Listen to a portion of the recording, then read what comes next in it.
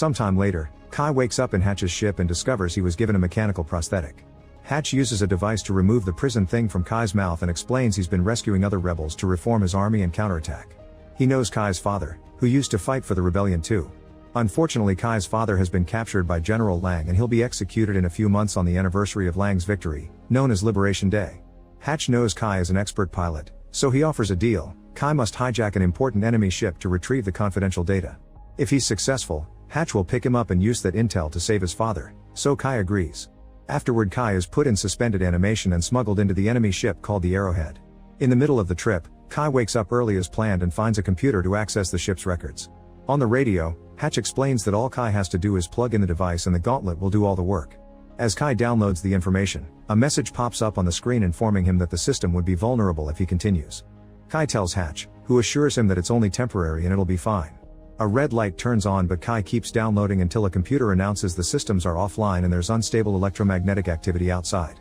Once the download is done, Hatch confirms that there's an electromagnetic storm outside is making things unstable, so he asks Kai to send him the files.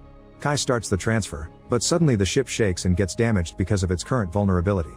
The interference makes the transfer fail and Kai loses contact with Hatch while the ship ejects all the escape pods with the sleeping crew. Kai rushes to the ship's shuttle right before it's expelled too and passes out when it crashes on the nearest planet. When Kai wakes up, he tries to contact Hatch to no avail. He rushes out of the shuttle and sees the pods falling all over the planet, but suddenly he has trouble breathing and goes back inside. The ship's AI called Reef warns Kai that the atmosphere is toxic and prolonged exposure may cause paralysis or death. Kai looks through the window and sees the Arrowhead slowly falling and asks Reef for a status report, however Reef requires an employee login to proceed. Reef does say that Kai needs to find a new source of oxygen because the one on the shuttle only has 12% left.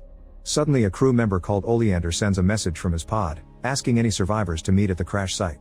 Kai grabs an oxygen mask and heads out to check the area. He finds some parts from crashed pods and Oleander's body bleeding on the ground. There's also an intact pod with someone moving inside, so Kai opens it to find Terran. He shares his oxygen mask and takes her back to the shuttle while Oleander's body is dragged away by a mysterious presence. At the shuttle, Terran logs into the system and shows suspicion of Kai. Reef does a scan but can't find the Arrowhead wreckage, however Terran knows the escape pods will leave so they should find them before they get stuck. Kai follows her after failing again to send Hatch a message.